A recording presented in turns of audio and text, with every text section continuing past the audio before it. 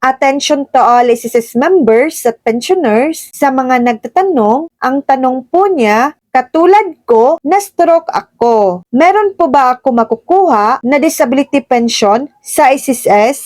Sa video na ito, pakitapos hanggang sa dulo para malaman ang buong impormasyon.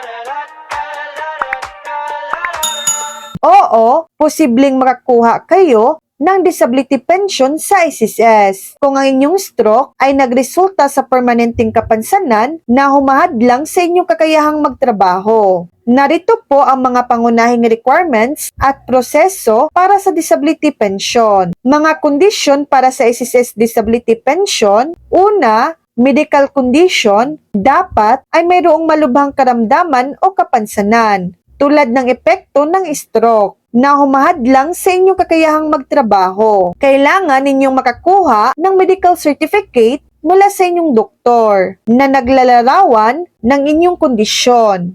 Ang epekto nito sa inyong kakayahang magtrabaho at kung ito ay permanenteng kapansanan. Pangalawa, contribution requirement para sa disability pension, kailangan ay nakapag-contribute kayo nang hindi bababa sa 30 buwan na contribution. Mahalaga pong malaman ang desisyon kung qualified kayo para sa disability pension ay nakasalalay sa assessment ng SSS, lalo na sa medical evaluation at sa inyong contribution records. Huwag po kayong mag-atubiling magpunta sa SSS branch o tumawag sa kanilang hotline para sa mas detalyadong impormasyon na naaayon sa inyong particular na sitwasyon. So yan lang po ang latest update.